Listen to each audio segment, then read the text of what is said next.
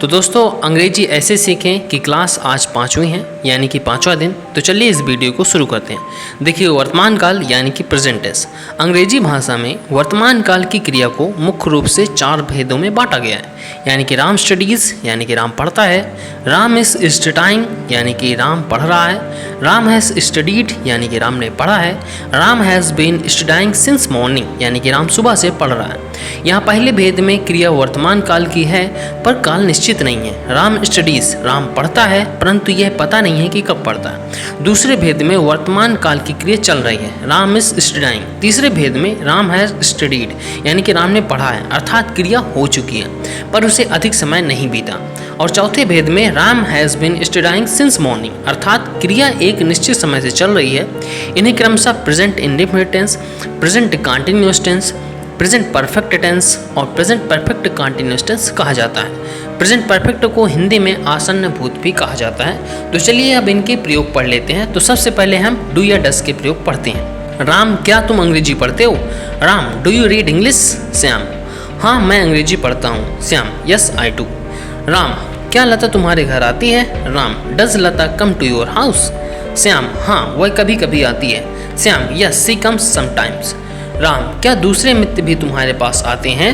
Ram do other friends also come to you? Shyam हाँ दूसरे मित्र भी मेरे पास आते हैं। Shyam yes other also come.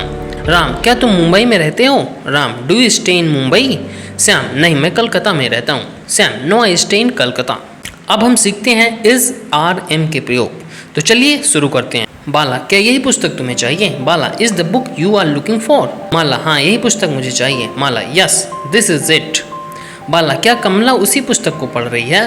Bala is Kamala reading the same book? Mala नहीं वह दूसरी पुस्तक है। Mala no that is different one.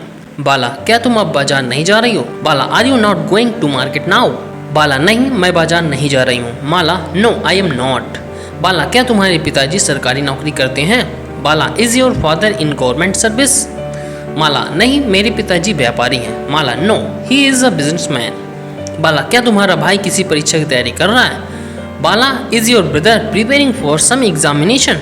माला हाँ वह आईएएस की परीक्षा की तैयारी कर रहा है। Mala yes he is preparing for the IAS examination.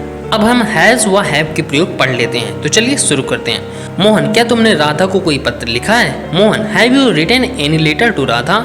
Sohan हाँ मैंने उसे लिखा है। Sohan yes I have written to her. Mohan क्या उसने तुम्हारे पत्र का उत्तर दिया है? Mohan has she replied to your letter? Sohan नहीं उसने नहीं दिया। Sohan no she hasn't. Mohan क्या तुमने खाना खा लिया है? Mohan have you taken your meals? Sohan नहीं मैंने सुबह का नाश्ता काफ़ी भारी किया था। Sohan no I had a heavy breakfast in the morning. Mohan क्या तुम उसके घर गए थे? Mohan did you go to his place? Sohan no I have yet to go. अब हम सीखते हैं हैज़ बीन व हैव बीन के प्रयोग। तो चलिए शुरू करते हैं। श्याम तुम सुबह से क्या कर रहे हो? Shyam what have you been doing since morning? Gopal मैं सुबह से यह किताब पढ़ रहा हूँ। Gopal I have been reading this book since morning. Shyam क्या कल से यहाँ भी बारिश हो रही है? Shyam has it been raining here also since yesterday? Gopal हाँ हो तो रही है पर रुक रुक कर। Gopal yes it has been raining but immediately. Shyam क्या पानी काफ़ी देर से उबल रहा है? Shyam has the water been boiling for long? Gopal नहीं अभी थोड़ी देर से ही उबल रहा है।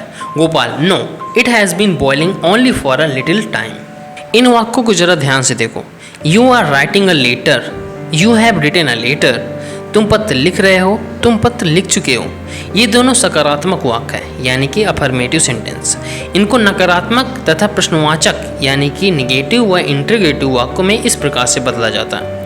You are not writing a letter यानी कि इसको प्रश्नवाचक में करेंगे are you writing a letter. नकारात्मक में you have not written a letter, इसको क्वेश्चन मार्क में करेंगे have you written a letter. आपने देखा कि सकारात्मक वाक्यों को नकारात्मक वाक्यों में बनाने के लिए सहायक क्रिया आर हैव के बाद नॉट जोड़ना पड़ता है। इसी तरह प्रश्नवाचक वाक्यों में सहायक क्रियाएं आर हैव वाक्य के प्रारंभ में आ गई हैं। इससे हमने सीखा कि प्रेजेंट कंटीन्यूअस टेंस तथा प्रेजेंट परफेक्ट टेंस में सकारात्मक से नकारात्मक तथा प्रश्नात्मक वाक्य आसानी से बनाए जा सकते हैं। अब प्रेजेंट इंडेफिनिट टेंस के उदाहरण लीजिए। You write a letter, I read English. अब इनको नकारात्मक और प्रश्नवाचक बनाते हैं। नकारात्मक I do not write a letter. प्रश्नवाचक do you write a letter? I do not read English. Do I read English. इन वाक्यों में डू अतिरिक्त जुड़ गया है। इस टेंस में डू या डस जोड़ा जाता है, तभी नकारात्मक व प्रश्नवाचक वाक्य बनते हैं। डू का प्रयोग बहुवचनकर्ता के साथ और डस का प्रयोग एकवचनकर्ता के साथ होता है।